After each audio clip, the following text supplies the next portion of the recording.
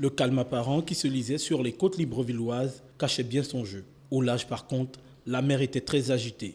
La brigade nautique en patrouille se donnait le mal de mettre hors d'état de nuire un groupe d'individus identifiés comme étant des clandestins, tentant de rallier la capitale gabonaise.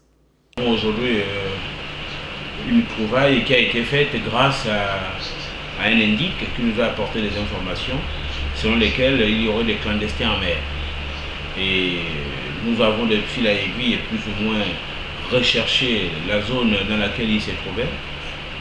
Et nous avons effectivement,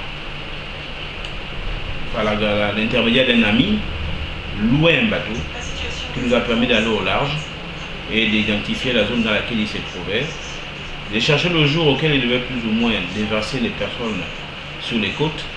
Et c'est à ce moment-là que, quand on a eu le jour exact, on a plus ou moins mis tout le personnel en branle.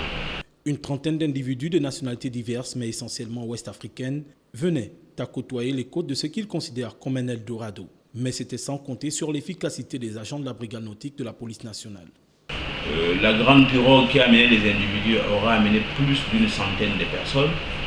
Et les centaines de personnes au fur et à mesure. Là, encore la chance qu'on a eue, c'est parce que les moteurs qui se trouvent sur la grande pirogue qui a amené des personnes sont tombés en panne. C'est pourquoi les jours ont été décalés. Autrement dit, cela, je crois, 7 jours, ces gens-là devaient déjà avoir rejoint nos côtes. Mais grâce à la panne, nous avons pu faire des investigations et trouver le lieu dans lequel ils se trouvent.